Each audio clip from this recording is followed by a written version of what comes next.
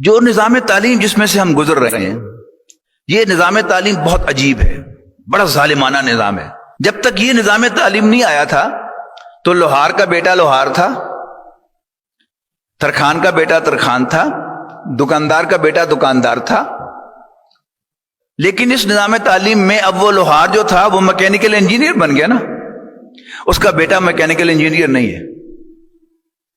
اب اسے نئے سرے سے تعلیم حاصل کر کے اور ڈگری کی مہر لگا کر اب وہ اپلائی کر سکتا ہے ایز اے میکینیکل انجینئر، لیکن وہ باپ کا وارث نہیں ہے۔ اسی طرح اس کو ایک اور اینگل سے دیکھیں کہ یہ نظام تعلیم ہمیں کیا بنا رہا ہے، ہمارے اندر نوکری کی خواہش پیدا کر رہا ہے۔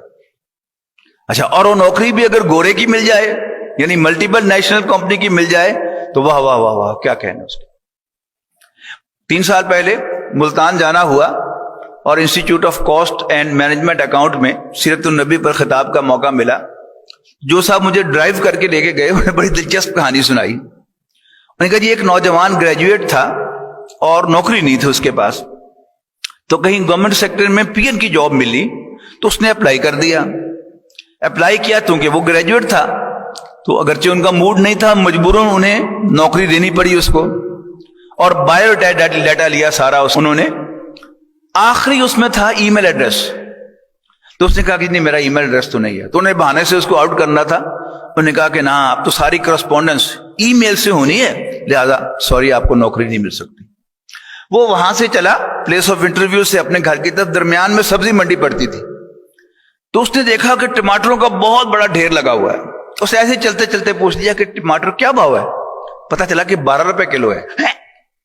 مارکیٹ میں ٹماٹر 80 روپے کلو ہے، یہاں 12 روپے کلو ہے۔ اس نے جیب میں ہاتھ ڈالا، 100-150 روپے نکلے، تو اس نے اس کے ٹماٹر خرید لیے اور وہ بورا لے کر اپنے سر پہ رکھ کر گھر آیا، اور لوگوں کے دروازے کھٹکھٹا کر اس نے کہا کہ جی میں بڑے سستے ٹماٹر منڈی سے لے کے آیا ہوں، تو لینے ہیں تو لے لیں۔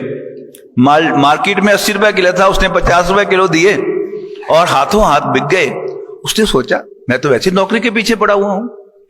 اس نے یہی کام کرنا شروع کر دیا، صبح سویرے منڈی میں جاتا اور سبزی خرید کر لے آتا اور اسی طرح بانٹ کے بیچ دیتا۔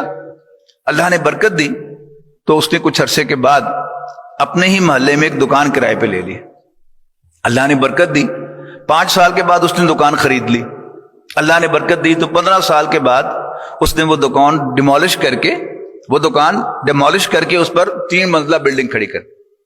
انشورنس والے آ گئے کہ اس کو آگ لگ سکتی ہے، یہاں کوئی پھسل سکتا ہے، یہاں کو اوپر چڑھ کے خودکشی کر سکتا ہے۔ انہوں نے کہا پھر میں کیا کروں؟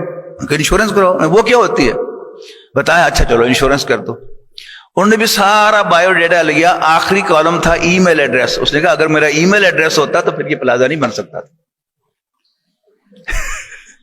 تو اپنا کام اس نظام تعلیم نے جو ہمیں دیا ہے اس کو اس اینگل سے غور کریں، یہ ہمیں نوکر بناتا ہے، جبکہ اصل برکت جو اللہ تعالیٰ نے رکھی ہے وہ اپنے کام میں رکھی